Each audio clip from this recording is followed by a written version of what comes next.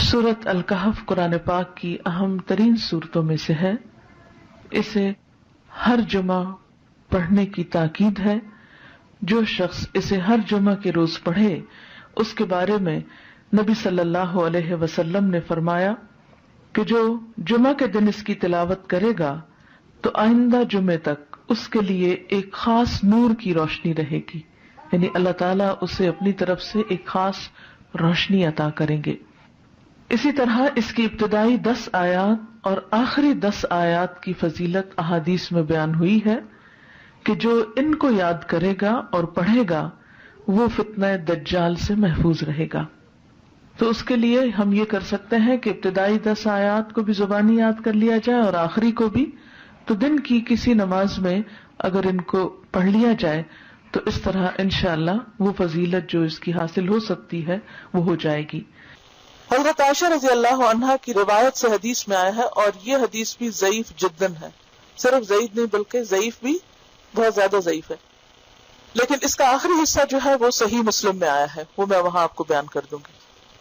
رسول اللہ صلی اللہ علیہ وسلم نے فرمایا، کیا میں تمہیں ایسی صورت نہ بتاؤں جس کی عظمت نے زمین و آسمان کو بھر دیا ہے، اور اس کے لکھنے والے کے لیے بھی اتنا ہی اجر ہے، اور جو اس کو جمعہ کے دن پڑھے تو اس جمعہ سے لے کر جمعہ تک یعنی اگلے جمعہ تک اور 3 دن کے زیادہ بھی گناہ بخش دیے جاتے ہیں.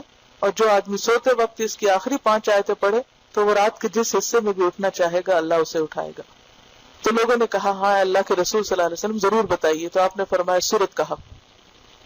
بہرحال ایک اور حدیث میں، اب یہ جو حدیث ہے یہ صحیح مسلم کی ہے، کہ جو اسے جمعہ کے دن یا جمعہ کی رات میں پڑھے گا، یعنی جمعہ کی رات وہی جو جمعہ سے پہلے آ جاتی، وہ فتنے سے محفوظ رہے گا. اور ایک اور بات سے پتہ چلتا ہے کہ فتنہ دجال سے محفوظ رہے گا. اور اس کی جو پہلی 10 آیتوں سے متعلق حدیث ہے وہ بھی صحیح ہے کہ جو شخص اس کی پہلی 10 آیتیں پڑھے گا، یاد کرے گا، وہ فتنہ دجال سے محفوظ رہے گا. اسی طرح اس کے پڑھنے سے گھر میں سکینت اور برکت نازل ہوتی ہے. ایک مرتبہ ایک صحابی نے سورہ کہف پڑھی. گھر میں ایک جانور بھی تھا، وہ بدکنا شروع ہو گیا.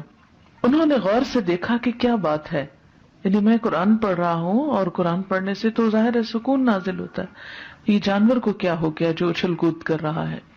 تو انہیں ایک بادل نظر آیا جس نے انہیں ڈھانپ رکھا تھا. صحابی نے اس واقعے کا ذکر حضور اکرم صلی اللہ علیہ وسلم سے کیا تو آپ صلی اللہ علیہ وسلم نے فرمایا، اسے پڑھا کرو، قرآن پڑھتے وقت سکینت نازل ہوتی ہے. ہمارے گھرانوں میں سکون کیوں نہیں رہا؟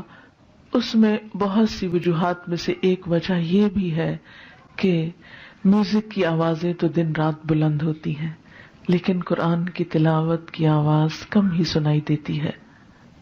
اس کے لیے میں یہ سجیسٹ کروں گی کہ ایک تو قرآن پاک کا کچھ نہ کچھ حصہ نماز فجر کے بعد بلند آواز سے تلاوت کیا کریں، کہ آپ کے آس پاس کی چیزیں سنیں، آپ کے گھر کے افراد سنیں، در و دیوار سنیں، کیونکہ جہاں جہاں تک قرآن کی آواز جائے گی وہ سب چیزیں آپ کے حق میں گواہ بنے گی.